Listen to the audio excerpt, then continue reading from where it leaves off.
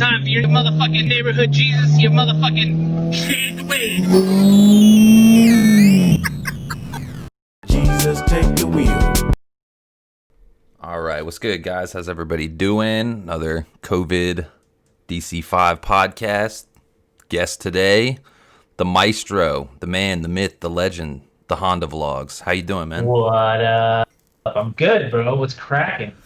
Another day in the life, man. How's everything going with you? Pretty good, dude. Pretty good. I've always, it's a long time coming, essentially, just because we've had many of like hour-long phone calls, just kicking it in the morning, and I've always thought, like, damn, it should have always just been a hit record situation. You Seriously, know? I've had so many good conversations with people just over the phone or on PlayStation chat or Discord, and it's like, man, should have hit record. Yeah. And that's the world we're living in too, right? Like that's why I do Twitch and stuff like that. Like it's almost worth always being it. I mean, it's getting a little crazy, right? But like, dude, sometimes I'm like, fuck, dude, these should have been recorded. For sure. So, how's everything going with you, man? I know you're getting ready for the big move to Vegas. You want to talk about that a little bit? Sure. So yeah, I got a job that was really random. I've always kind of been in, I guess, tech, and I've always been a producer or a project manager. You know, in my head, I never really thought you could do this remote because it was always like you kind of had to be there all the time, Right. talking to people, interacting, and ever since fucking COVID hit, it was interesting because like I guess everybody went remote, even like big companies and stuff. So I got a random phone call. This guy offered me a job, and he's like, "Hey, we're in Vegas, though. Would you be interested in moving?"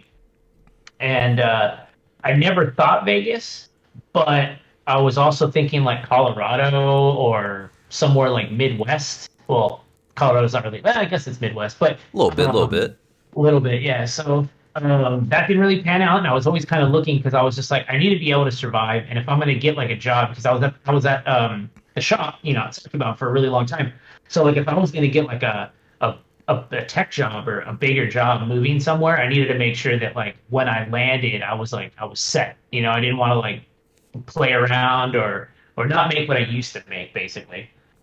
Anyways, long story short, yeah, I got offered to the position, and then it kind of happened kind of quick. So now I work basically remote, doing the same job that I used to do. We're all in Slack, and it's interesting. It's definitely interesting because my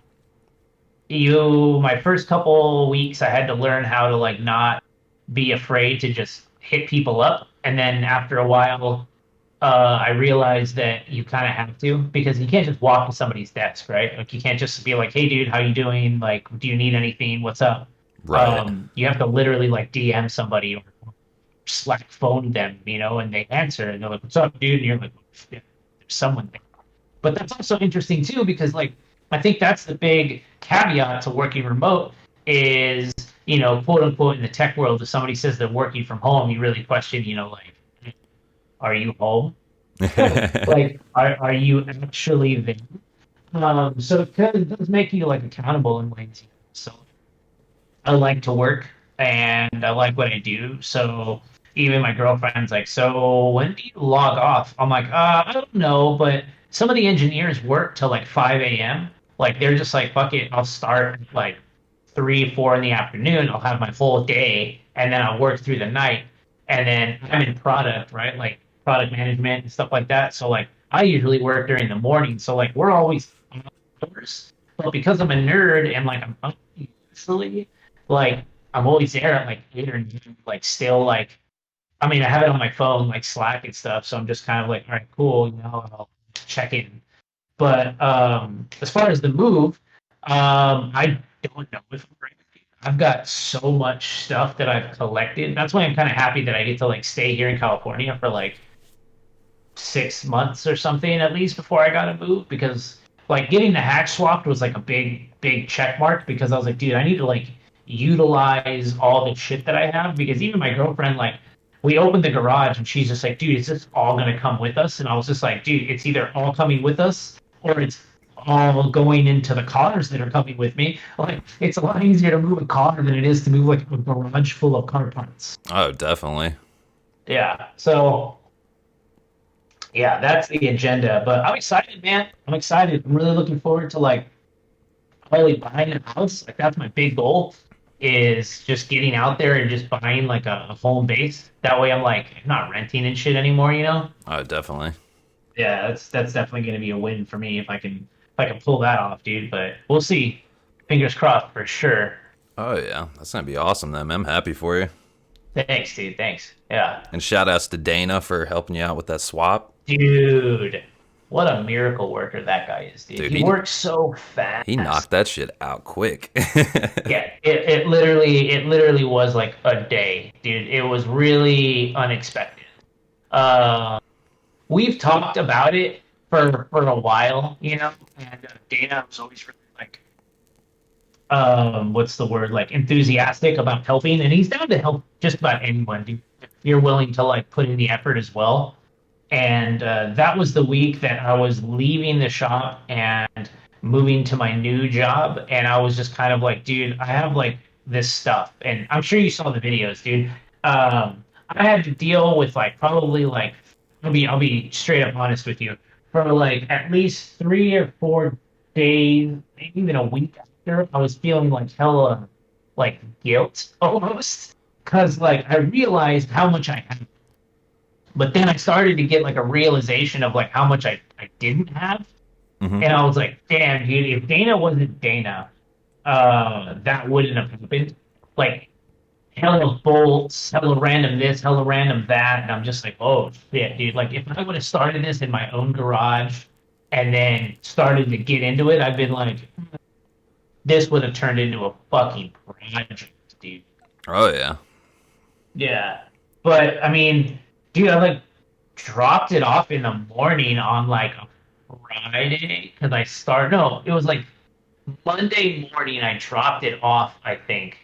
I don't even remember how this went, but it was definitely an early morning because I had to go like, and so he's just like, dude, just drop it off. So my girlfriend, shout out to you, Allison, literally was like, hey, I don't feel like driving to his house like 8:30 at night right now, but I'll wake up early and we can drop it off in the morning.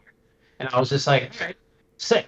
So we got up early, like, I had the motor in the car, and I dropped it off at his house, dude. And like it was like 8:30 in the morning. He's already up usually, and dude, I just went home. And then I just like I was gonna go by later that afternoon, but like I've had enough talks with Dana where he's like, if people are here kicking it, like I work slower just because like I like to hang out, you know, and people don't usually kick it there hella long, but they'll kick it. Mm-hmm. And then he literally like sent me a picture, and I'm like angsty as fuck, dude, right? Because like think about it, like oh my god, what happens? What happens if something goes wrong? What happens if the motor doesn't work? It's been sitting hella years, like you got all this shit running through your head. Dude straight sends me a picture at like fucking 10:30 at night of the cams moving, and I'm like, oh my god, okay, I feel so much better now. Oh yeah. Yeah, motor, like they say like the worst thing you could do for a motor is let it sit for years, but like it can still bounce back. That's the craziest thing, you know? Yeah, he told me that too. So that V17, I put into the Del Sol like 5 to 6 months after I first bought my Del Sol. So my Del Sol's a '94 Del Sol VTEC, and it was like an OEM VTEC, right? So it had the B16A2 in it. Or A3? I think it's A3. But someone's like, this dude on the forums was like, hey, dude, do you want a turbo B17? I'll trade you. And I was just like, B17? I mean, that's that unicorn motor, right? And this is hella long ago, too. So I was just like, oh, okay. So I drove all the way down to Southern California. I left at 4 a.m., got there at like 7:30. I smashed it, dude. Because I knew if this was the last time I was ever going to have that, I should, like, jump. So I get there over the course of a weekend. We swap it in, and then I've just had it, dude. And then, long story short, that motor like ends up in my buddy's car for a little while, and then it sat in his garage for a couple of years, and then it's been sitting in my garage. So by the time Dana got it, he said he got it in the car, he turned it over, and I'm sure you've turned a car over before that like has no compression or like really really low compression, Mm-hmm. and the sound is like it's like you know it's just like Yeah. this is not building anything. And like at least a week before took it there, I put like ATF in each of the cylinders because I didn't want like because it's been sitting so long. I kind of wanted to like know that I didn't have like a piston ring like welded to the fucking cylinder wall. Um, but he said it took the whole battery till it died, and then a jumper, and then finally like it started to sound like it was building compression. He's like, okay, cool, cool. This isn't going to be for nothing. And then finally it turned on. So he was hella worried that he did hella work and like the motor was dead. But like he was like, dude, I was scared because like the battery kept turning over, turning over, turning over, turning over, turning over, but like it wasn't doing anything. And he said after like almost the jumper pack died, it like fired right. And I was just like, oh my god, I don't even know what I would do if he hit me up. And he's like, okay, so it's done, but motor's dead. So this thing's got to go. Yeah, it's wild style. Yeah, I remember when I got my Type R motor from J-Spec, dude, all 3 cylinders were good, 230 PSI, and it had been sitting for a year and a half, and then we got to the 4th cylinder, and that shit said 30 on the test compressor. I was like, I'm not buying this. And then he put a little bit of ATF in there and like ungunked the piston ring, and then it jumped right up to 230. I was like, okay, I can work with this. Yeah, yeah, because it almost sounds like remember when you're a kid and you make the water droplet sound with like when you flick your cheek, it's like that. Whoop. Right. And like yeah, dude, and like that's the sound I heard with the base motor that's in my RSX now. Like one of the cylinders, we hooked it up to a jumper pack, and you just hear like whoop, whoop, whoop, whoop. When you're like, oh no, dude, this is dead. This is not working. And then, it jumps back. But if it jumps back, you're kind of like, cool, there's life in it. But it also needed like a pack of oil to have life in it. So there we go. Yeah. But you were fine, though, because you were fine. Because at least it jumped up to like a normal number, not way up. Because mine was like 140, 140, 140, like 80. And then when I added the oil in it, it jumped up to like fucking like 190 or something. And I'm just kind of like, no, there's no way it's got that much compression. So it's definitely the oil in there. Right. Yeah, it's like sealing it. Yeah, exactly. Was that B17? Is that the one you had the turbo setup on in the Del Sol? Yep. Same Nice. one, man. Yeah. So the guy I bought it from sort of rebuilt it, not really. It's got DC2 Type R pistons in it, or DC2G. Yeah, DC2 GSR pistons, not as nice, but still nice. Not the B17 ones. I think there's a slight difference there. So it's definitely like it's kind of like rebuilt, and then it was boosted for a while with him, and then me. I put a bigger turbo on it. I used the hell out of the motor, to be honest with you. So I'm like super juiced to like keep it NA right now because like I don't want to chance something else going wrong. I feel you, man. I feel you. It's funny you mentioned that, man. Like I've been on the NA toot your horn boat. I don't know. Yeah. Since the car's about to get tuned and everything, like obviously the car is going to get tuned the way it is NA, full bolt-ons, flex fuel, and all that stuff. But right. I'm thinking about the future of the car, and I don't know if I'm going to stay NA or not. I've already kind of like thought about it. It's so much money to get 25 more horsepower. You know what I mean? Yeah. No, for sure. Like, yeah, especially where you are now. Like I was looking up 4-piston heads, 150 a 156 head, completely decked out. It's like $3,300. That's gonna get me maybe like 15 extra horsepower, and that's $3,300. Oh my lord! Yeah. And then you got Kinslers. Those are $3,000. A pair of drag cartel cams. That's another $1,000. Valve springs and retainers and all that stuff. It's like easily another $6-7 grand. I'm gonna get like 25 horsepower more. It's like, is it worth it? Yeah, I mean, but what do you what are you trying to do though? Because I think that's the big. I mean, obviously that's like the slap in the face kind of tech question, but like, um, I don't. All right, don't take me wrong, but I don't see you as a turbo guy because I don't see you as like a numbers guy. You know what I mean? Right, Like right. Megaspool, obviously I didn't see him as a numbers guy, but like from what I saw, he's like he wants to make power. You know what I mean? Like he wanted that power and he built it for it, you know? Oh, totally. Um and the fact that now he has a shop and a dyno, I'm like, okay. As soon as I knew he bought the dyno, everything kind of made sense because I was just like, yo, like he's trying to make numbers, but reliably. Like he didn't fucking just throw an eBay kit on it. You know what I mean? But Right, like right. I feel like your DC5, you're just going for like linear, like power, like buttoned up power. Just the You know? balance, you know? It's like Yeah. enjoying it as a daily. I mean, it's a daily right now, so yeah, I totally feel you on that. Like, it's not a numbers race or like chasing numbers. Like, it's about like being able to enjoy the car on the street. Like, you have 600 horsepower. Like, what do you do with that? That has always been my question too, dude. Like 600 horsepower. I don't know, man. Is it fun? Absolutely. Is it fast? Obviously.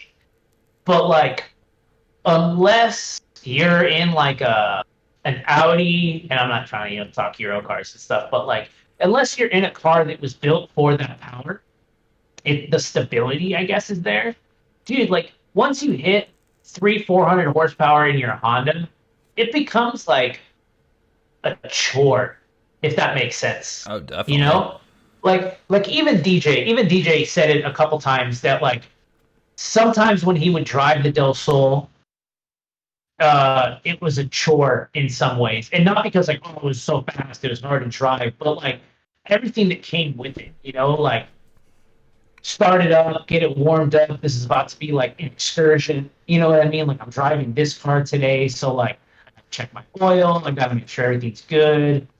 It's good, cool. Driving it, like no power steering, so you're still like, all right, cool. I gotta manhandle this car. But on top of that, now you're on the street, so you're just kind of like, cool. Now I'm worried about like people that may want to race me, but also cops. Like this is my baby, so like who's out to get me right now? Like who's trying to hit me? Oh, And yeah. yeah, dude. So like I feel like obviously power and like who's trying to hit me are like two different parallels, but all of that together, man. And you're like Honda, dude. When you're doing like 400 or 500 horsepower, I feel like when you're out there on the street, unless you're on the freeway just going for a drive, it does become a chore. I think to some people. Oh, for sure. Oh, another segue into my next topic. You mentioned Megaspool. Did you know that Megaspool sold the RSX? I heard it. I think he told me a little bit about it. Yeah, and it went to a pretty decent, good home. I think. Yeah, he sold it to this guy Misho Mods. I've been watching Misho Mods before I even had a channel. He has like I think it was one of the first Frank Swap DC5s I ever saw. It was before Surge Motive or anybody else was really like covering, like hands-on videos, like showing the car and the setup and stuff. Okay. Dude, that car is a fucking ripper. Like Mike built that car so good. Like Yeah. Misho Mod, like so. Mike had it on Instagram. He's like, I'm selling it, 10 grand, whoever wants it. If nobody buys it, I'm going to part it out. So then I was like, I was just kind of kidding, but at the same time I was serious. I was like, yo, if you're parting it out, let me get them Rega Masters. Yeah. So he sold the car the next day, and then I get this random message in my Instagram DMs, and it's like, yo, if you want to buy the Rega Masters, let me know. I'll sell them to you. And I was like, it was somebody random. I didn't know who it was. And I was like, who the hell is this? And then come to find out, I like dig into their profile and their info, and it's like, oh, it's Misho Mods. What the hell? So then, he said he'd sell me the Rega Masters, and then I asked the offset, and they're like plus 18 offset, and I was like, yeah, that's not gonna work for me. Like I'm on Type R hubs, they're 60 offset. That's pretty aggressive. But he was super aggressive. super aggressive, pokey boy stuff. But fucking, he was telling me, he was like, yeah, man, this thing's a ripper. Like I got it because I need a spare DC5, and like I wanted to buy this, and I'm gonna put some stuff into it. So first day, he's like, man, I took it. He sent me a video clip. He took it up to 140 on the highway, Oh, And I was like, damn. I was like, so that thing is a beast. So then the next day he hits me up and he's like, dude, I took it up to 170 today. I was like, holy shit, going 170 on the highway, like that's insane. in a DC5. In a DC5, like when I hear 170, the first thing I think of is crotch rocket. Easily, You know? easily, or even just a low tier BMW or something, Yeah, you or know, like a Hellcat or something like yeah, that, you know? and anything with some weight in it. Jesus, Oh, and I mean, also, DC5's got a weight, but he doesn't have that kind of a weight, you know? oh, totally. Um, and I was thinking, I asked him, I said, what coilovers did Mike have on the car? He had Fortune Autos on it. So obviously, I'm a fanboy for the Oleans. We were talking about that religiously. You know, your shop Yeah. builds them and stuff like that. I found out from Right Hand Drive Japan the Oleans DFVs for the DC5, they're discontinued. You cannot get them anymore. So I think I'm gonna go with Fortune Auto. Honestly, I think that might be the way to go. Oh, if you can find a used set, they are rebuildable, Yeah, I saw that. 1000%. Yeah, so if you can find a set of DFEs that are for DC5, they can be rebuildable Yeah, without a lot of effort. So that's keep like that a in mind if they totally. ever pop up. I wish I could find some, man. They're like a needle in a haystack at this point. Like I've seen Yeah. one pair and they sold like a day later. But Yeah. the crazy thing about Fortune Auto, I did not know this at all. Fortune Auto is owned by Injuku, and Injuku is owned by Brian Crower, and it's all based out of like Florida. Do you know where? Do you know where Fortune Auto builds their coilovers? I don't know, the BC Racing Warehouse. Fucking Richmond here. No way. Dude, Fortune Auto builds all the 510 series coilovers literally 20 minutes down the road in the country. Hey, can you just go there then? Yeah, I have the address. I might just hit them up and be like, "Hey, let's R&D some spring rates, you know? Like 12 and Yeah. 16, 12 in the front, 16 in the back. Like what do you guys think?" Yeah. But That could work, dude, for sure. Because I think, well, obviously it's Ricer Miata, but like, because they're in Florida, he just went down to BC Racing in Florida and just picked his up. So that's cool. yeah, the Fortune Autos are pretty expensive too, honestly. They're like $2,000. Yeah, they're up there. They're up there on that. They're in that tier of like, what's it called? Of good. The upper If that's- echelon. The upper echelon of the quote unquote mid tier. Hell yeah. Yeah. Oh, also, dude, this shit blew my mind since we're talking about people selling their cars, their babies, dude. La Tommy La, he got rid of the Yeah. he got rid of the EK9. Yeah. He sold it to John. To Yo, it's John, that guy. Oh, okay. Yeah, you know what I'm talking about? No, I don't. He's got the gold Goldie. You may have seen that. Gotcha. Yeah, that guy. So, funny story though, only because this is just funny. That dude John sold that hatch to Tommy like 3 years ago. Oh, really? Wow. Yeah, so like remember when he painted the engine bay, and then he did the swap and put the ITR swap in it? Yeah. He bought that hatch from John. Like there's a video of John bringing that hatch over on a trailer, and then Tommy started the journey of like building it up, and then it went from there. Yeah, so now he bought it back with like hella other parts. Damn, cycle of life though. That's good. It went Yeah. back to the original owner though. That's pretty cool. Yeah, that's cool that like now he's gonna. So he'll probably do something really cool with it for sure. Oh yeah. Yeah, I think Tommy's gonna end up with an S2000 though. That's what I think he really wanted that to begin with. For sure. It's so weird, like when people like they put all this work into these cars, like Megaspool or La Tommy La and stuff like that. Like I can't ever imagine myself selling my DC5. Like I know it's my only car, but like even if I got like let's say tomorrow I got like a Del Sol and did some crazy swap in it or an S2000, I don't think I could ever. And I'm sure you can probably resonate with it because like you got a stable of cars. You know what I mean? It's state. But But yeah, you put so much time and effort and money. It's not even just the money; it's just the time and the effort. You know what I mean? Like Yeah. painting engine bays, swapping stuff, interior, all this stuff. It's like an experience, you know? Yeah, I actually explained that to my girlfriend once too, because she's just like, if you were to sell, she even prefaced it too. She's like, I'm not saying to do it. I'm just wondering if you were to just sell all your cars and buy like one Halo car, would you? And I'm like, sure, but, and she goes, yeah, what's the but? And I'm like, but the value of my car isn't worth what I can ask for to me. And obviously, it's not like because of all the money, but it's the history. Like that car's been through so much with me that I'm just kind of like the fucking history value. Like the money doesn't equate anymore.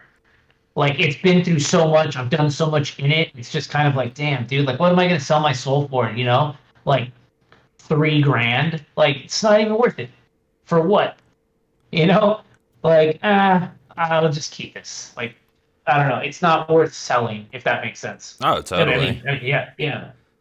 I mean, it's crazy to think like Kelly Blue Book says my car is worth like $3,500 and I have like 30 grand in it. Yeah, dude. Yeah. That's just depressing. I'm like, yeah, I'm keeping this forever. Yeah, dude. I my buddy DJ, you know DJ, his aunt does insurance. So like I get my car insurance through her, right? And when I emailed to get like an insurance quote, her first question was, she's like, "Oh, are you the guy that did the video on DJ Del Sol?" I'm like, "Oh, yeah, that's me." And she's like, "Oh, cool." She's like, "All right, so what are you looking to do?" And I was like, "Oh, I just want to insure my Del Sol and my other cars." And so literally her first question was like, "Okay, how modified is it?"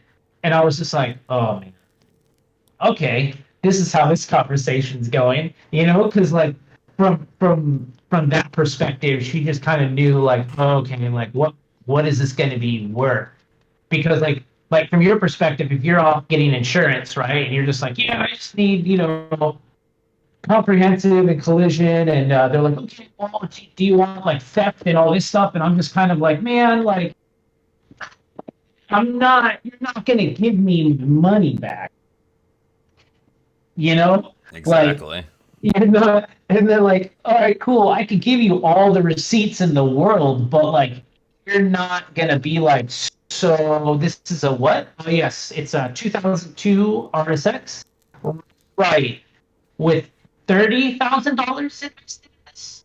Yes, I have receipts. Yeah, literally. Like, Yeah.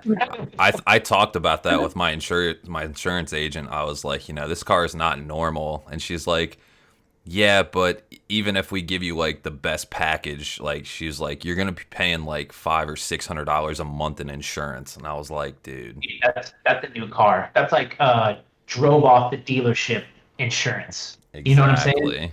And at that point, it's like, damn. Okay, low jack? No, because I don't want you fucking in my wiring. So, I'm gonna invest that $500 on cameras. Literally. Yeah, dude.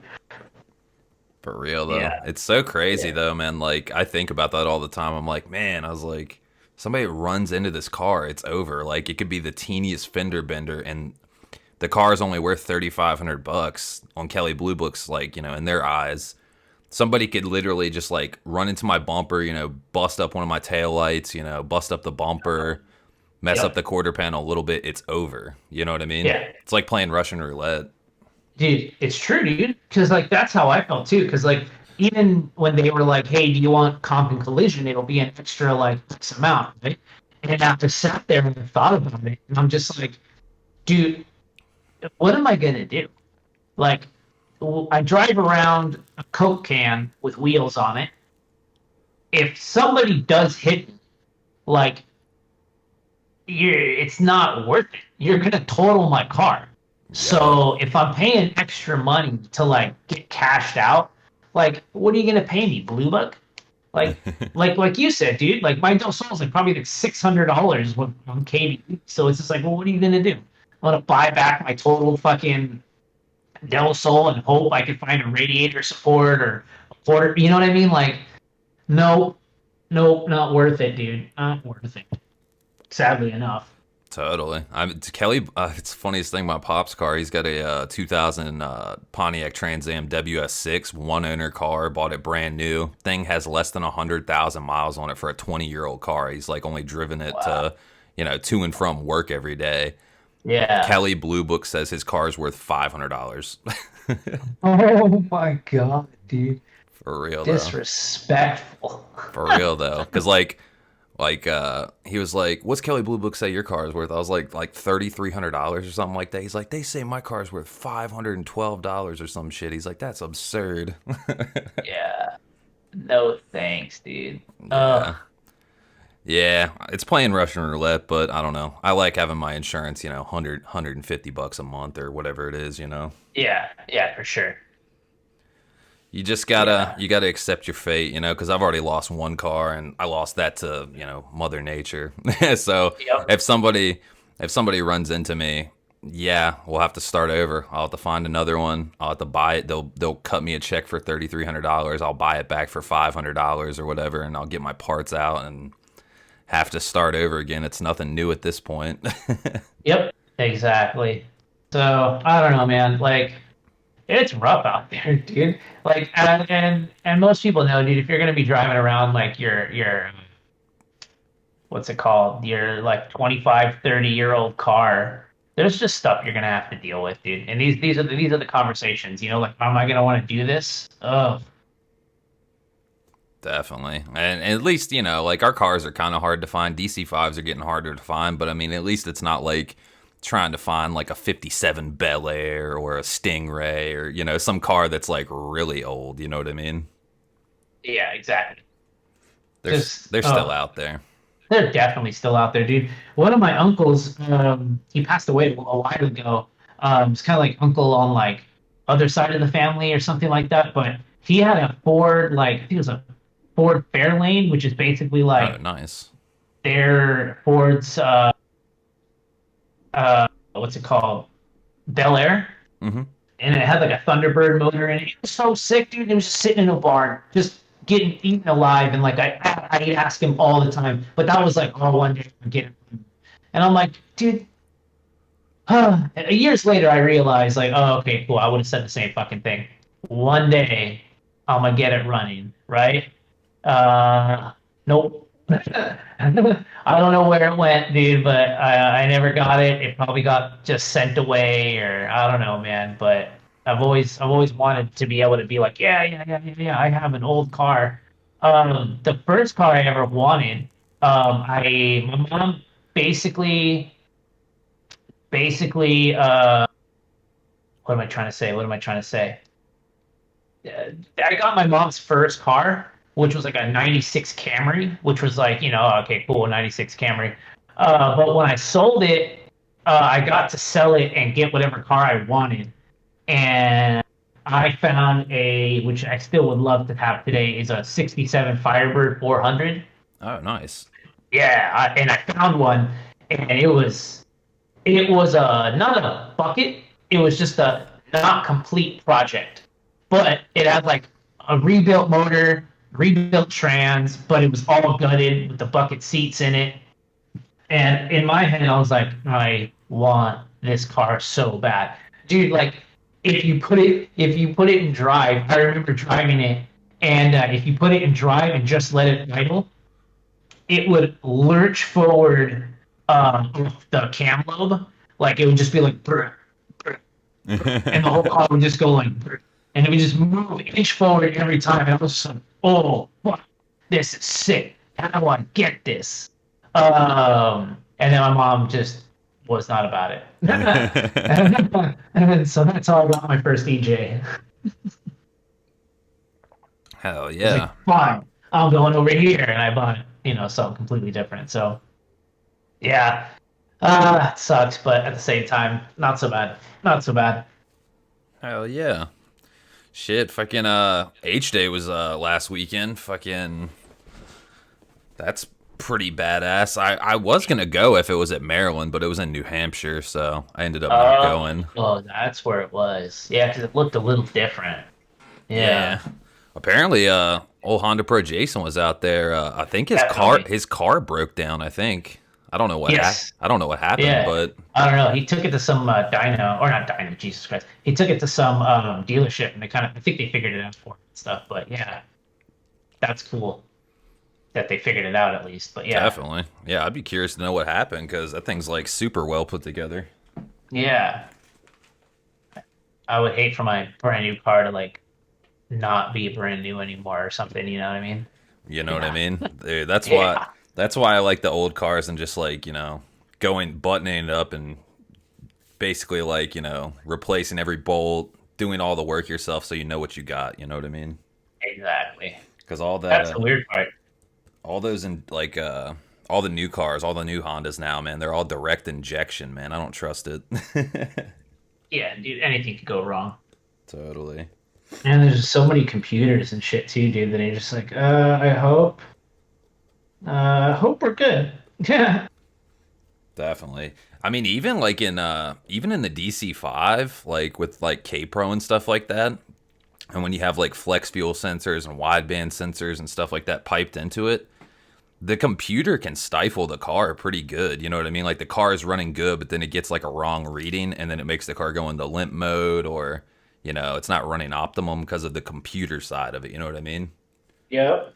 That's one thing that like you were talking about old cars and stuff like that. Cars before like ECUs, man, that'd be the best feeling in the world. Yes. One day. One day. But yeah, like I don't know. I kind of like I like H Day to a degree. I like the racing side of it. The car show, like like obviously I got VIP car show last spring or whatever, and it kind of busted my bubble. Like I was like, oh man, we're making this car like functional, but we're making it like kind of show quality. Not Yeah. not a straight up show car, kind of like a trifecta. It's a daily car. It's Yeah. a car you could take on the track, or it's like a show car sort of. It's pretty nice, but like I don't know. I got over the bubble of that. Like it's all just I don't even know the word.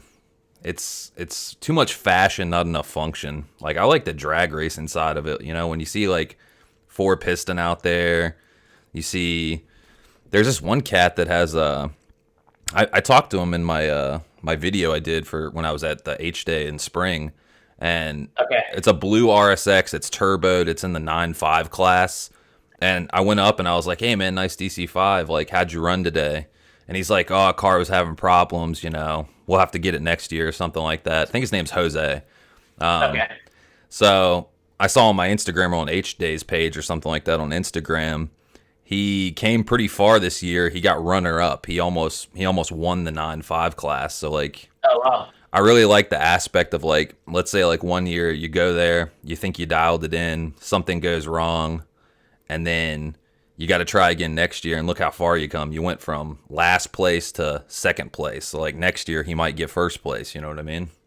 Yep. Exactly. That's the aspect of it. Like you're working towards something, because like a lot of people say drag racing, it's like, oh, you're just in a straight line, you're just pressing the gas and shifting and just going straight. It's like, I don't know about that. Like those cats are going fast. When you're going like over 150, I don't care if it's a Yeah. straight line or not. Like shit can go wrong. Yeah. At any moment. And then when the power delivery, because since a lot of people are boosted out there, like when the turbo hits at speed, the car needs to be able to handle the like everything that goes down, right? So like Totally. a lot of people are like you said, like, oh, drag racing is just a straight line. It's like kind of, but like if you've been drag racing at all, like even if it's your first time or second time, not even like just pro, you should go once and realize like, oh, there's a lot to this, like staying into it, reaction times, but then also like when you're at like the top of third or second and you fucking try to shift and like what you have like 20 psi on your fucking turbo and it hits, like dude, your car wants to go whatever direction it wants to go. Oh, And if you don't definitely. know how to like handle or what to do if like the front or the rear goes like opposite, you know what I mean? Like you have to have seat time to understand like, oh shit, I just like dropped the clutch in third and my rear for some reason decided it wanted to go to the right. Like, oh God. If you freak out and you go to the right, you're gonna go to a wall. So like it's definitely a skill to Definitely. like know how to do it. For sure. Yeah, it's funny about turbo cars and like boost coming on and like, braking traction and stuff. When I was in high school, my buddy, he went to another high school, but we skated and stuff like that. But he had an EP3 and he took the K28.3 out of it and fully built a Type S motor and turboed it and put it in the EP3. And that thing was stupid fast. This is back in like 2005 or 2006. Okay. That car ran a 10.6 in the quarter mile back then in a fucking EP3. Yeah. But I remember one time I asked him, I was like, dude, let me drive it. He was like, no, I don't let anybody drive it that's not like super experienced with turbo builds. He's like, you ever driven a turbo car? And I was like, well, no, I haven't. I was like, can't you just like teach me or something? He's like, nah, he's like, it's not something you can teach. He's like, last person I let drive this car, we were on the highway, and once they got to third gear and boost came on, he's like, we were in a ditch. And he's like, luckily we didn't crash or mess the car up, but he's like, I'm telling you, he's like, this boost 20 plus psi. Like, I think that thing made like, it was like over 600 horsepower, and that was back then.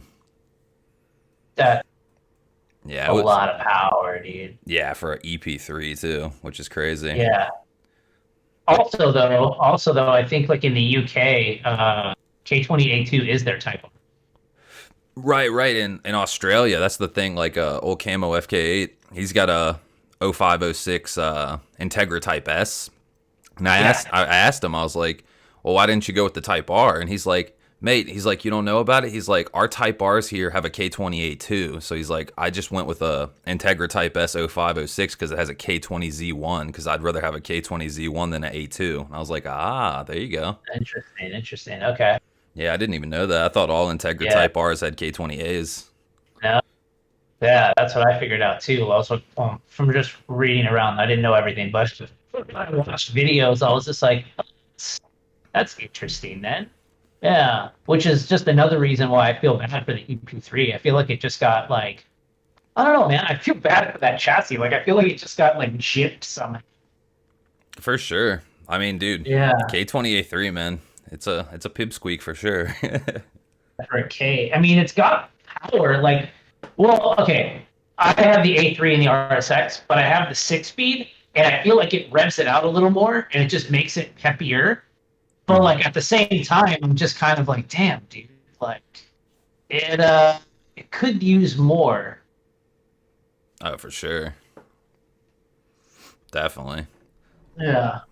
But yeah, the thing I like about the EP3, like, I don't mind the chassis, like the body lines and stuff like that. The thing I like the most, I remember before I got my license, I saw an EP3. There was one in the shop, and like somebody had it modified a little bit. They had like some wheels, intake, exhaust on it, and stuff like that. This is back in like I think it was like 2003 or 2004, right when they were brand new, and I sat in it and I loved where the shifter was because that's an old school Honda type design, like all the I think like the 70s like CVCCs and some of the older Hondas. They have the shifter up in the dashboard. Like, that's so fucking cool. Yeah. It's different. Yeah. It's different for sure. Oh, yeah. Definitely neat, Yeah, though. I like it. It's kind of like a tip of the hat to the old stuff. Yeah, exactly. Exactly. But yeah, man, once you get in Vegas, what do you think the how you're gonna keep the channel going and stuff like that? What's the next step? I hope to have a garage, which means I could actually start projects that don't need to be done in an hour. That's my biggest thing is like being here. What's it called? Being here means that I can't really start anything that I can't finish really fast because of the complex. Mm-hmm. And I could pull the car in the garage and just kind of work in there if I needed to, which technically I should clean it up so that I can. But right now I have like the recap studio, quote unquote studio, in the garage. Mm-hmm. So it's just difficult. Like I don't really have a dual purpose area. Once I get a place, I'll be able to do it. But like my suspension, if I was to really knock it out in a day, I would need the day. And I need to start early and then try to knock it out. But I can't really do it in the parking lot. I can't really do it like outside of my garage because people want to be able to get out. And if I can't move the car, then I can't move the fucking car. So that's why like the shop was nice, but like I never have time. So it's possible that I could just go to the shop maybe and just work like outside and knock it out. That might be one thing. But my hope is that once I'm in Vegas, I have a lot more time. I could get off work and just go in the garage and start wrenching or go somewhere and do stuff, you know? So I think I'll be able to double down a lot more once I move. Plus, like, on a complete other note, like, if I can move sooner, I would, just because, like, the state laws are a lot more lax, like, taxes are a lot more lax, and because of all that, I can get a house fairly cheap. Just because like the APRs are so low right now for like buying a home, so like I'm really juiced of moving, and then I know that once I do move, it'll be good for the channel. Because even now I'm trying to upload a lot more. Like I should have a video for today. I still got to edit it, but shouldn't take too long. But yeah, I just need to upload more because I did realize that once I even uploaded like that 3 times a week, I was just like, oh shit, like this actually did something. So imagine if I was like consistent, like month over month. Yeah, for real. Yeah, that I can't remember if it was 2 weeks ago. Like one of your recaps like blew up, man. Like that thing had like a bunch, like a couple thousand views on a recap on it. Like, you know, I can't remember if it was the stream or the actual recap, like a premiere, but pretty damn good. Oh yeah, that was. I think that had a lot to do with. I got a lot of shares, and then also Honda Pro Jason like hella shared it for me too. So like that got hella views, and then like I think together, that really pushed it too. Like it broke 1,000, which is dope, and I was like, oh shit! And then once it broke 1,000, it kept growing. So I was like, oh yeah, doing awesome, good though. now. For real though. Shit, like if you can, when you crack like 1,000 on a live stream or like, you know, a premiere, like that's so good. Yeah, dude, for real. I get juiced when I get like 100 views on a live stream. They're like an hour though, so like I think the problem with like hour streams is like someone looks at it and unless you're like Joe Rogan, they're gonna be like, dude, I don't have time to finish it. Right. I don't know if I could even start it, you know? It's a gift and a curse. And that's why it's good that you also made a like a gaming streaming channel. That way like you can kind of separate the two, you know? Oh, totally. And like even on the main channel, like I kind of like I do so many live streams. It's like, you know, you look at my like video count, it's like, oh, 480 or 500 videos, and it's like half of them are probably streams, you know what I mean? It's like, yeah, I almost feel like doing kind of like what Hunter Tuned used to do. Like, remember how Hunter used to like live stream like almost every night out in the garage? Yeah. Yeah, like he would live stream and then he would delete the video afterwards. So it's not like in the analytics or like on your like video list, you know what I mean? Go ahead. Yeah. I almost feel like doing that so like, you know, when people come to my channel, they just see like, you know, the install videos, the vlogs and stuff like that, you know what I mean? But I don't know. I feel like it's part of the channel, live streams. Yeah, no, for sure. And I thought about doing that too. Like I thought about doing a live stream before the recap. So like I've been also thinking about like obviously like the after cap, you know, like where I go live after that and then people can, you know, join in and also like talk a lot longer because a lot of people like the chat room. Oh, for sure. I've also thought about streaming like 20 minutes before the premiere. That way, like, I can maybe get some people in the room. We can be hanging out, and then when the premiere goes live, like, drop the link, and then just be like, "Yo, recap is live. Head over there." And that way, if like I rounded up like 20 people, 25 people already, like the stream would like instantly get like 25 people in the room hella fast, and see if that would help like push the video. You know what I mean? Oh, Because totally. like it's one thing if like okay, one people jump in and then over the course of like the first 5 minutes, 20 people get in there. But like, what if like 25 or 30 people hop in like the minute it goes out? Then it's like that's gotta be oh shit, this video's hot. You know what I Yeah, mean? it'll push it in the algorithm or whatever. It's like, oh, this is Yeah, trending. yeah, exactly. Like maybe I don't know, but it's worth a shot. I think. Yeah, that's one thing I like about the recap. The premiere, like once you start doing the premiere, I think that really pushes like the envelope. You know what I mean? Because like Yeah. people like live streams and like interacting. You know what I mean? Because it's pretty badass. You're like watching the recap, you're chiming in. Oh, that's a sick build, or oh, this guy's got a K swapped FD, or this or that, or the oh shit, it's Dana EF God. Like Yeah. it definitely brings some personality to it. Like interaction and stuff, which is pretty awesome. Yeah. That's that's what I really need to figure out too, because like and the more I talk, the longer I talk, um, I don't want like shit to drop off, you know? Totally, totally.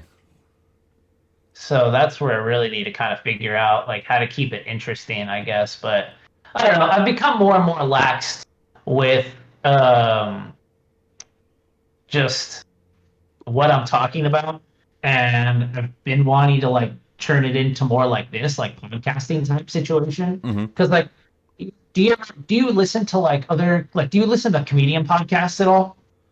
Do I listen to what podcast?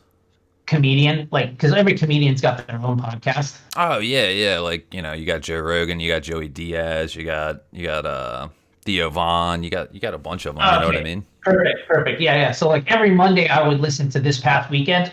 I love Theo Von, dude. Like I identify with that man so much, dude. Like the Hell way he yeah. talks, his comedian style, like that. I've wanted to create a podcast, and now that I'm like I work from home and like I do shit like this, dude. Like I really want to get like my mic set up and camera, and then dude, if I wake up. And if I just do like an hour of just talking, it doesn't have to be on the Honda Vlogs channel. Maybe I start like a completely different just talking channel, um, and then just kind of like have more of an ability to just talk and just more content, I guess, or just leave it on this fucking channel, dude. And as long as it's about cars and life, I guess, because that's what the beginning of the recap is. It's just like it's only like a 15-minute mind rant.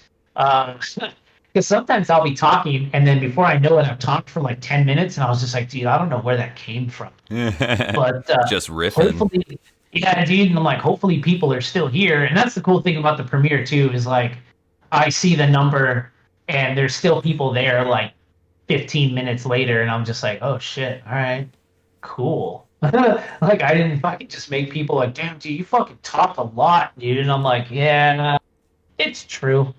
Honestly, I like that new format though, like kind of like, you got like a 10-15 minute slot where you're just kind of riffing, you know what I mean? Then you jump into like, uh like you were doing the thing before, like new products and stuff like that coming up, the Dempsey Corp stuff, or like, Yeah. Vane engine stands and stuff like that. But like, I don't know, the new format, I don't know, man, you're killing it too with all your like graphics and After Effects shit, you know what I mean? Like that stuff Oh, is thanks, dude. super quality. Like, Yeah, I tried to make it more like nighttime TV show, and in reality, dude, like in the future, what I really want, dude, is I really want the next step, the next evolution. I want like an actual studio or an actual desk. Like, dude, in my head, I already had like a desk. I wanted to get like what is it called? The lights that are like tubes. Fuck, like neon, like a neon sign, oh, okay, okay.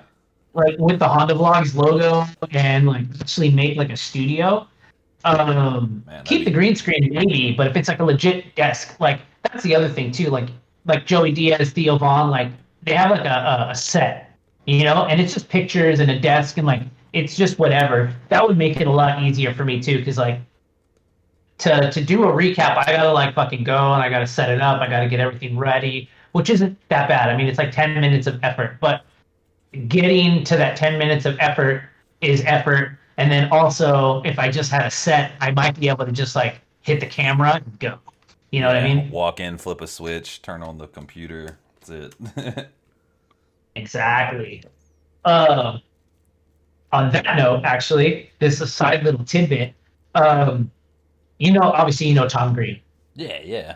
Okay, so Tom Green, I forget what podcast he was on, but he was discussing what the Tom Green show was. Oh, he's on Joe Rogan, I think, a while back. Yeah, yeah, and I had no idea. Well, I was really young when Tom Green was like super big, but the Tom Green show I didn't know was like live and also like instant. And so what made the Tom Green show so good is he said that one of his buddies set up like an entire network um, really early on in his like parents' basement or something like that. Yeah, But yeah. to not make this super long to get into it, but like I had no idea that underneath a desk or a coffee table, he had like a couple switches or like a single switch.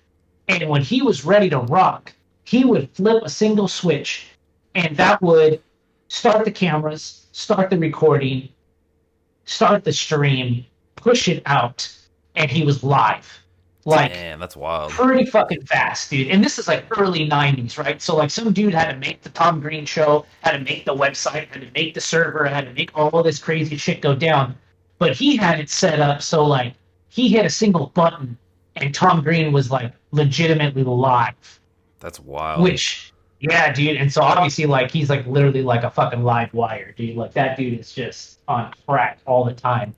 So like but that's what I would really love Hondavlogs to be like. So that way I could just be like, oh fuck, this is a great topic, or oh shit, I got like 30 minutes. I'm gonna go live, and I could hit a button and I'm there. And that's why like Streamlabs is really cool. Like I started using that for the live stream, and I'm like, oh, there's a lot of potential here. I just need to get kind of set up so that I can just go live. But then I fall into that category, like for you too. You know what I mean? Like, do I want to keep those live streams on my channel? Because bigger channels, if they have live streams, they're few and far between. So it's not so bad if they leave them up. But I don't know if they do leave them up or not. Because I don't know if it actually hurts or helps your channel if there's like a random hour-long live stream. But if you're a daily vlogger, probably doesn't matter because if you miss the live stream, you're going to catch the new content the next day, and then you're just going to be back on the site. Verse, like, don't upload for a while and then do a live stream and then don't upload for a while. Then people are going to be like, I'm not going to watch this hour-long thing, and then you also don't upload again, so then you're just, like, perma-fucked. Yeah, definitely. I always wonder about the algorithm, you know what I mean? Like what's hurting you, what's in your favor. Exactly. For the most part, like I pretty much do like I haven't released a video in like, I don't know, maybe like a week or two, but I've done like 3 or 4 live streams and it seems like notifications is a thing too. Like, why did notifications not go out? I really just think it comes down to like YouTube's stability. I don't think anything's really hurting you or working for you or against you. It's like it just happens to, you didn't get a notification. They're not going out, Yeah, exactly. Because like you got to think about the data center for YouTube, all the shit they're storing. Like, what does that even what does that even look like? Just like some million square foot like warehouse with server towers and shit and hard drives and shit. Like, what does that even look like? I want to know. Dude, yeah, dude. And to think about like the tech there is crazy, but then also like what is stored out there and what's I don't know, man. I mean, that's just the whole rabbit hole we probably shouldn't get into. But right. Dude, it's like, dude, there's so much content out there. Like I was looking up random stuff to buy like a gift for my girlfriend, and then before I knew it, I was like, dude, I was down like a 3-hour rabbit hole of like crafters. I'm like, God damn, dude. There's like crafting channels, hand over fist. All of you are like 60,000 subs, and like we're over here like 60,000 deep in a project and can't even break 5K. Like, Jesus Christ, and you're just making candles every day? Right. Me, Yeah. dude, it's intense. I can't get my head around it. Oh, totally. It's crazy how the algorithm works for some people. You know, like a certain type of content. Like, there's this like guy that repairs guitar and music equipment. I think his name's Okay. Brad the Guitologist or something like that. Okay. So he features like he'll like like find a video and like kind of like roast it Yeah. in other countries like in like Brazil, South America, and places like that. There's these type of content creators. They take a destroyed item and they restore it to perfect condition. You know what I mean? Like Oh, yeah. we're talking like a stereo tape deck or something like that, or a guitar amp or something like that. And the thing, Bro, I watched a 45-minute refurbishment of a cast iron skillet someone found in a barn. right, Don't know yeah, why. Don't know why. But fuck, was I interested for 45 minutes? It's the first time I didn't touch my phone, didn't click a tab. Like I was like, I'm in this. This is why you have 4 million views right here. I don't know exactly. what you did, but holy shit, I'm into this. Where do I find a fucking old? I don't even want a cast iron pan. I want an old one. Yeah, dude.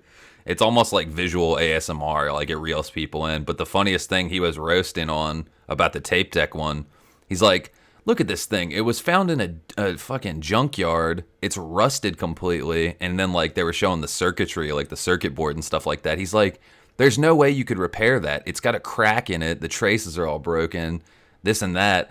And then he's like, look, the guy swaps out a new one. He like, literally is taking the same tape deck, a brand new one, and basically just like, playing almost like a continuity error trick on the viewer, basically. Like, oh, I fixed it, but like he really just swapped in a new one. Yeah, But those that those videos, they do hella well. You know what I mean? It's crazy. super well. It's just because you have to watch. That's the other thing too. You have to watch to get the content, and because you have to watch, and there's no other way, you're stuck. Just like, oh, okay, where is this going? You know? Totally. Yeah, Some bat dad shit. dude, for real, dude, fucking for real.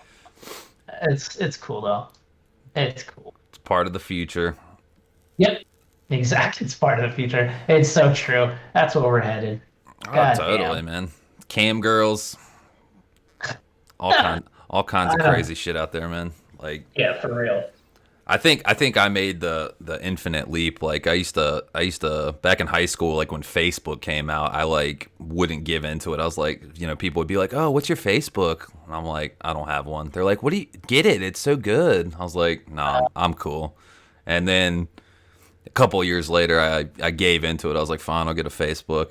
But then I was like, "But that's it. I'm not doing this Twitter or Instagram or any of that shit." And I mean, I gave into Instagram just for the like car music art aspect of it. Like, I'm okay. I'm gonna have an Instagram, but it's only for car content, music or art. That's it. We're not gonna follow any.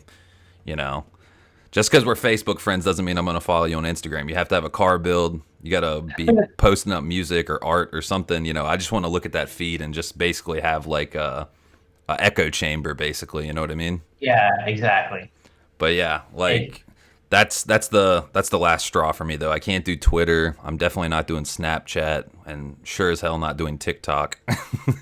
yeah. Well, neither is the rest of the world. Dude, that shit is crazy though, man. Like people on TikTok, like TikTok to me, TikTok is like it sums up humanity at its point right now. You know what I mean? Like Yeah, we're exactly. definitely kind of rolling backwards in terms of like ingenuity or like evolution. It's like TikTok, what the fuck is this? Yeah, exactly, dude. And then I don't know. And then now that what's it called? Now that Instagram created like Reels, Hmm. um, everybody's like moving over, if that makes sense. Like there's just stupid videos all over now, so it's like you gotta like not be on Instagram for like at least 3 months, so that all the like TikTokers that are afraid of losing their followers like will hop on here and start, and it's just like fuck, dude, I can't handle this shit. I can't handle this shit. I'm getting too old. Not really, but like Sorta. it's just too much, dude. Yeah, it's just too much. It's weird. I don't know. Oh, definitely. Because, like, you and me, we're, like, you know, early 30s or whatever like that, you know, like, dude, do you remember, like, when, like, fucking dial-up, going out and riding your bike, skating, like, calling somebody on a fucking wire, landline telephone and shit like that, you know what I mean? Like, Oh yeah, dude. dude, kids don't even know the struggle. You got, like, 4-year-old kids with iPhone 10s and shit like that. Jesus. I remember, dude, what was your first cell phone? My first cell phone, I think. Let me think.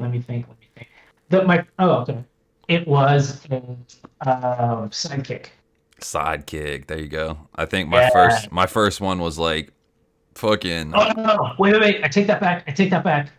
Before the Sidekick was a Nokia 3900. There you go. I was about to say my first one was like that Nokia phone, that fucking Brick. the brick with the fucking it had Snake on it. That was it. That was the only cool. Oh, That was the only cool thing you had on it was Snake. yeah, and dude, my shit was decked out, bro. Decked out. Clear case, LED battery, LED inside. When I got a phone call, my shit lit up like July 4th. Like, dude, one time, it's a weird side story, but like one time someone left their phone in my back seat of my car and they got a phone call and the back seat of my car lit up red and blue. And I shit my pants. Oh, And then it I was 5-0. realized, yeah, dude. And then I had to realize, like, oh my man, it's this dude's fucking cell phone. And this is back in the day when, like, I had to answer because there was nothing else you could do. Like, hello, dude, what the hell? Hey, dude, I left my phone in your car. Oh shit. Hey, can you bring it back? I'm like, yeah. And then here's the best part, right? He's like, hey, but I'm not home. I'm like, what? I just dropped you off like 10 minutes ago. Yeah. I just I ran up the street to my boy's house, dude. I'm like, I'm at his parents' house. Can you come here? I'll give you the address. I'm like, what's the address gonna do for me, bro? Go back to your house. I only know how to get to your house. Okay, Right. okay. So from my driveway, you got to go up 2 stop signs, and I'm just like, oh my god. But that was the times, right? Because Oh yeah. No I MapQuest, no didn't GPS. know that. I couldn't Waze my ass like 3 blocks to his house. I had to literally like remember how to get back to some fucking cutty ass spot at night, and then drop off his phone, and then go home from wherever I was. You know, like I had to actually know where I was, which I think might be like one of the last generations that like has some pretty good like situational awareness when it comes to like where we are. Totally. But yeah, so hopefully in the future we get better off at least there. But who knows? Fucking who knows? Yeah, I remember even like, you know, like when GPS is like, you know, like you didn't have it in your phone, you didn't have Apple Maps or, you know, some shit on the Google Play Store, you know, like a phone didn't have GPS in it, but like you had MapQuest, so you'd print out your directions, you'd go to your destination, right? So MapQuest, dude. MapQuest. Yep. So I was going to a concert, I was going to a Mars Volta concert, and it was in DC. So we printed out the directions, and the directions took us to like this abandoned warehouse parking lot. And I'm like, oh shit. I'm like, I have no clue where I'm at. Like, where did we go wrong? So then we see some kid pull up in a, like, you know, he's like in a Toyota Avalon or something like that. And he pulls up and he's like looking at us like, you know, we're confused as shit. And he pulls up and gets up next to us and rolls down his window. He's like, Mars Volta concert? And I'm like, yeah, dude. I was like, where the fuck are we? He's like, dude, I don't know. He's like, we got to find the concert. I was like, dude, that's crazy. I was like, some other random guy printed out MapQuest directions that took him to the exact same abandoned warehouse parking lot. That would happen here too, because like there was internet, but there wasn't internet.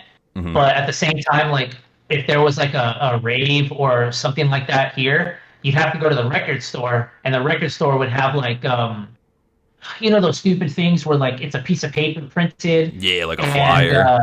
yeah, like a flyer, and then they cut the phone numbers off at the bottom. You'd have to go like the day of the rave and like get a slip that would have the address, and then you'd have to like get there.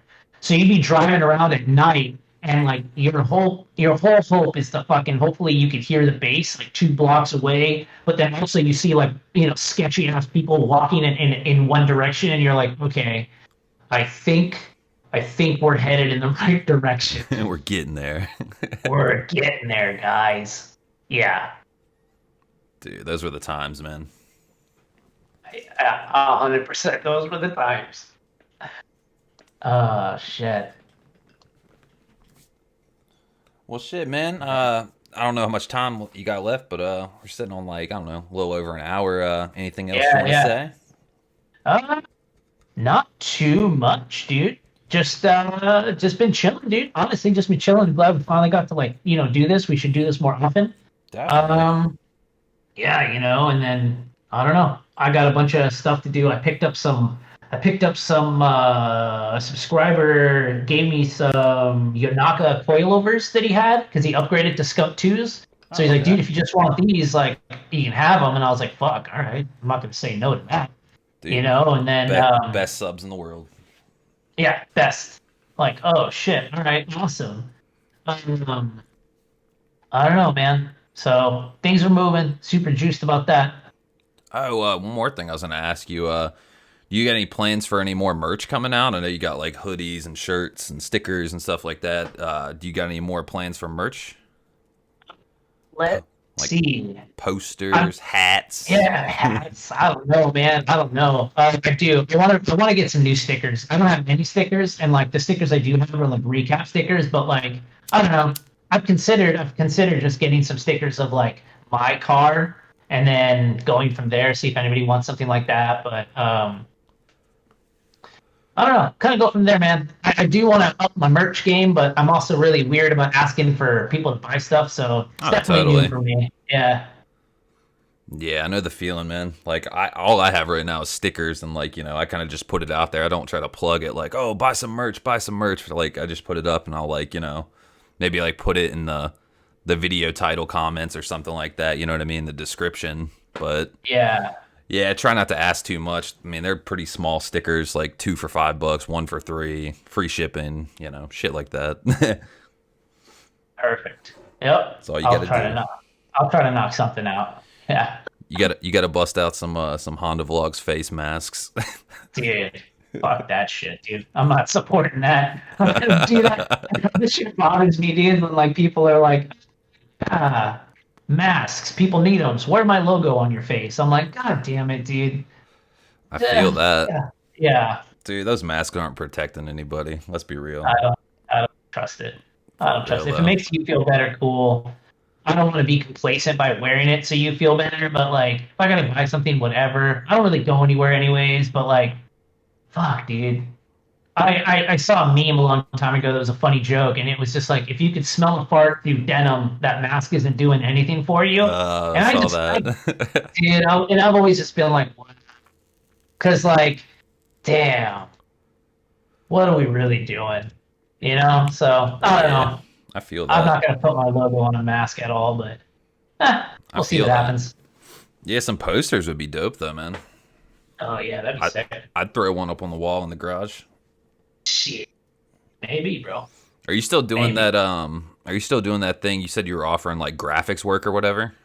Yeah, yeah. I've been kind of busy, but yeah, like intros. I can do some light logo work and stuff like that. So if anyone was ever interested in that shit, like definitely let me know. I Hit know this you man wanted a new up. intro, so I definitely got something in the works in the back of my head, Hell trying yeah. to make something cool. So yeah, man. Just I don't know, trying to find ways to pull in money everywhere I can. Yeah, become a cam girl. Worth a shot, bro. Shit. Bro, that shit is absurd. Yeah, for real.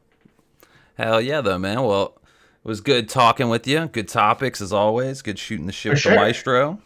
For sure, man. Yeah, we'll come up with more stuff. We'll do this again. You, Totally down.